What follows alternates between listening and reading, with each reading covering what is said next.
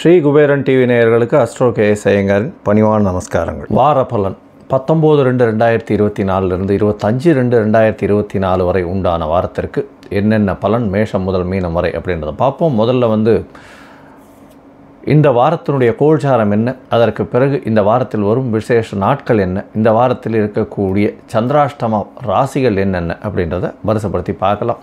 முதல்ல இந்த வாரத்தின் கோல்சாரம் என்ன அப்படின்னு பார்க்கும்போது, காலபுருஷ தத்துவத்தின் முதல் ராசியான மேஷ ராசியில் குரு பகவான், 6ஆம் இடம்னு சொல்லக்கூட கன்னியில் கேது பகவான், 10ஆம் இடத்தில் சுக்கிரனும் செவ்வாயும், 11ஆம் இடத்தில் சூரியன் புதன் மற்றும் சனி ஆட்சி பெற்று சனி பகவான் இருக்கிறது.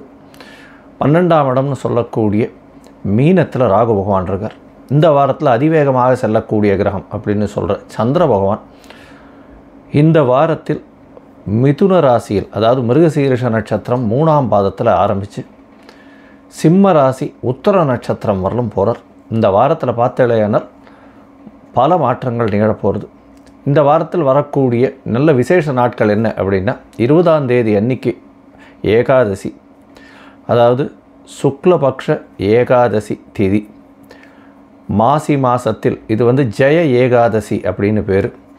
இந்த ஏகாதசியின் விசேஷம் என்ன அப்படின்னா, சில பேருக்கு இந்த பூர்வ புண்ணியஸ்தானம் மூதாதையர்களுக்கு செய்ய வேண்டிய கர்மாக்கள் மூலியமாக சில சாபங்களோ பாவங்களோ வந்திருக்கக்கூடும். அது எல்லாம் விமோசனம் ஆகக்கூடிய ஒரு ஏகாதசி. அது பொதுவாகவே வைணவர்களுக்கு மிகவும் ஏற்றம். இந்த ஏகாதசி நாளில் முழு நாளும் உபவாசம் இருக்கிறது பெரிய விசேஷம். இந்த ஏகாதசியை கடைபிடிக்கிறதன் மூலியமாக மூதாதையர்கள் சாபம் நீங்கும். அதை தவிர பிரம்மஹத்தி தோஷம் நீங்கும் அப்படின்ற விசேஷங்கள்லாம் சொல்லியிருக்கு. இதன் பெயர் ஜெய ஏகாதசி அப்படின்னு பேர். 21ஆம் தேதி இந்த மாதத்தில் 21/2/2024 அன்றைக்கி பிரதோஷம். பிரதோஷ காலம்னு சொல்லும் பொழுதே சாயந்தரம் 5:45 6:15 வரலும் அந்த ஆர்த்தி காட்டக்கூடிய நேரம் பிரதோஷ காலம்.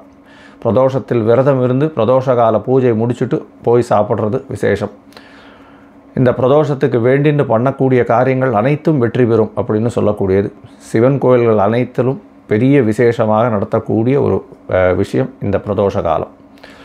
இந்த வாரத்தில் பார்த்தேன்னா மாசி பௌர்ணமி நாள், அது மாசி மகம் வருது. இது 24ஆம் தேதி மாசி மகம் இந்த மாதம் வரக்கூடியது. பௌர்ணமி யோகம் அப்படின்றது எந்த ஜாதகத்திலுமே ரொம்ப விசேஷமான ஒரு விஷயம். அதாவது சூரியனும் சந்திரனும் 180 பாகைகளில் இருக்கும் பொழுது அதீத சுபத்துவம் அடையக்கூடிய காலகட்டம். இந்த காலகட்டத்தில் பிறக்கக்கூடிய குழந்தைகள் ஒரு பெரிய ஏற்றத்தில் இருக்கும். அவர்கள் குடும்பத்திலேயே ஒரு பெரிய ஏற்றத்தை கொடுக்கக்கூடிய ஏதாவது ஒரு பெரிய எந்த ஒரு விஷயத்திலையும் விற்பனராக வரக்கூடிய வாய்ப்புகள் மிகவும் அதிகம். பௌர்ணமி யோகத்தை பொறுத்தவரைக்கும் பெரிய ஏற்றமான விஷயங்களை சொல்லக்கூடியது.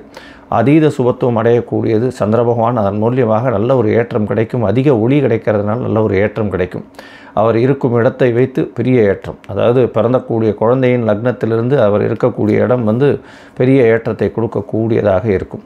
பொதுவாகவே இந்த மாசி மகம் அப்படின்றது ரொம்ப பெரிய விசேஷம். மாசி மாதத்தில் வரக்கூடிய மகா நட்சத்திரம் குரு பகவானும் சேர்ந்திருந்தால் மகாமகம்னு சொல்லக்கூடியது 12 வருஷத்துக்கு ஒரு தரம் வர்றது.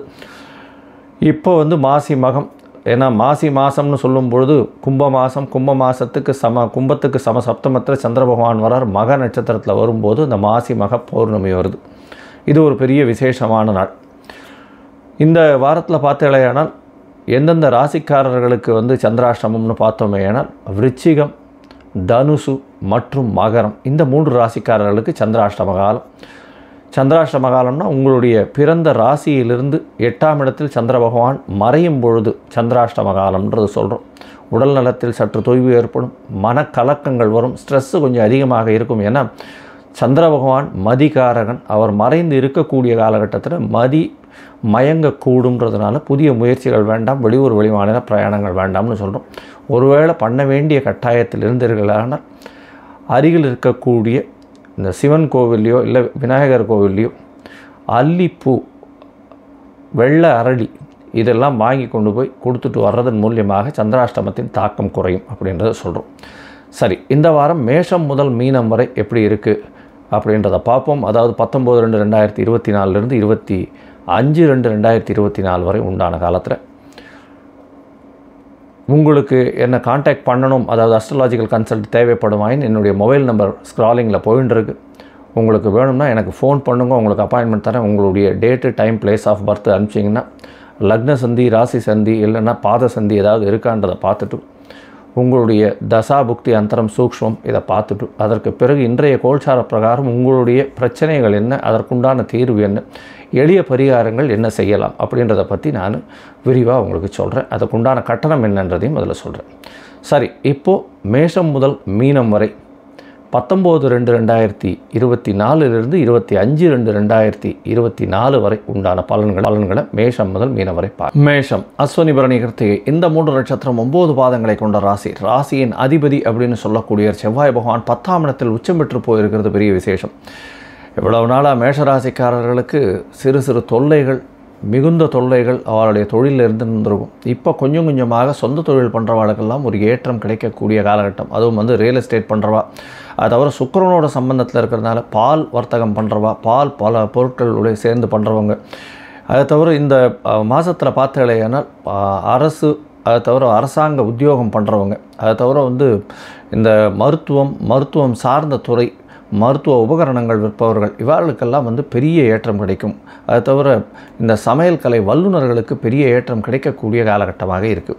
இந்த மாதத்தில் பார்த்தாலேயானால் மேஷராசிக்காரர்களுக்கு திருமணத்துக்கு பார்த்து கொண்டிருந்தால் திருமணம் கண்டிப்பாக ஆகும். ஏன்னா உங்களுடைய ராசியிலேயே குரு பகவானும் அவர் சப்தமத்தை பார்க்குறதும், ராசியின் அதிபதியோடு சுக்கிர பகவான் உச்சம் பெற்ற ராசி அதிபதியோடு உட்கார்ந்துருக்கிறதுனால, கூட சேர்ந்து இருக்கிறதுனால நிச்சயமாக பெரிய ஏற்றம் கிடைக்கக்கூடிய காலகட்டம். திருமணத்திற்கு பார்த்து கொண்டிருப்பவர்களுக்கு திருமண யோகம், திருமணம் நிச்சயமாக ஆகக்கூடிய வாய்ப்புகள் உண்டு. இந்த வாரத்தில் பார்த்தேன்னா உங்களுடைய ராசிக்கு திருமண யோகம் மட்டும் அல்லாமல் ரொம்ப நாளாக வந்து குழந்தை பிராப்திக்கு பார்த்துட்டு இருக்கவாளுக்கு குழந்தை பிராப்தி ஏற்படக்கூடிய வாய்ப்புகள் நிச்சயமாக இருக்கும்.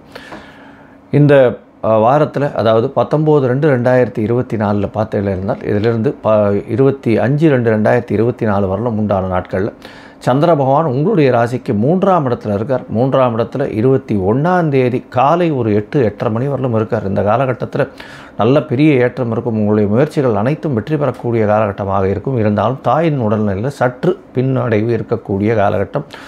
உங்களுடைய வீட்டுக்குன்னு சிறு சிறு செலவுகள் செய்ய வேண்டிய காலகட்டமாக இருக்கும். உங்களுடைய ராசிக்கு பார்த்தீங்கன்னா 4ஆம் இடத்துல சந்திர பகவான் போகிறார். அது 21ஆம் தேதி கார்த்தால் ஒரு 8-8:30-9 மணியிலிருந்து 23ஆம் தேதி மாலை ஒரு 8:30 மணி வரலும் இருக்கார். இந்த காலகட்டத்தில் பார்த்தீங்கன்னால் 4ஆம் இடத்தில் ஆட்சி பெற்ற சந்திரனாக இருக்கிறதுனால தாயின் உடல்நிலையில் நல்ல ஒரு ஏற்றம் இருக்கக்கூடிய காலகட்டம். புதிய வீடு மனை வாங்கக்கூடிய காலகட்டமாக இருக்கும். உங்களுடைய ராசியிலிருந்து, அதாவது உங்களுடைய ராசிக்கு 4ஆம் இடத்தை செவ்வாய் பகவானும் பார்க்கறதுனால சந்திர மங்கள யோகம் அமையிறது, சுக்கிரனும் பார்க்கறதுனால சுபத்துவம் அடையக்கூடிய காலகட்டமாக இந்த வாரம் அமைய போகிறது.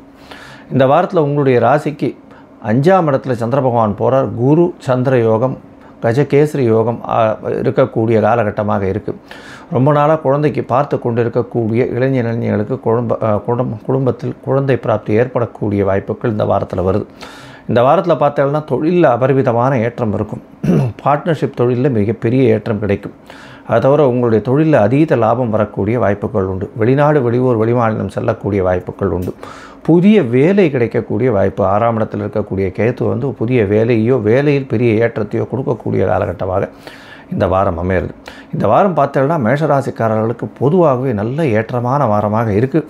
இந்த வாரத்தில் நீங்கள் கேத்து பகவானுக்கு உண்டான எளிய பரிகாரம் அப்படின்னு சொல்லக்கூடிய கொள்ளு கொஞ்சம் தானம் கொடுத்துட்டு வாங்க. அருகில் இருக்கக்கூடிய அந்த விநாயகர் கோவிலுக்கு சென்று ஒரு 9 தரம் பிரதட்சணம் பண்ணிவிட்டு ஒரு 9 தோப்புக்கரணம் போட்டுட்டு கொள்ளு உங்களால் முடிஞ்சது கையால் எடுத்து தானமாக கொடுத்துட்டு வாங்க.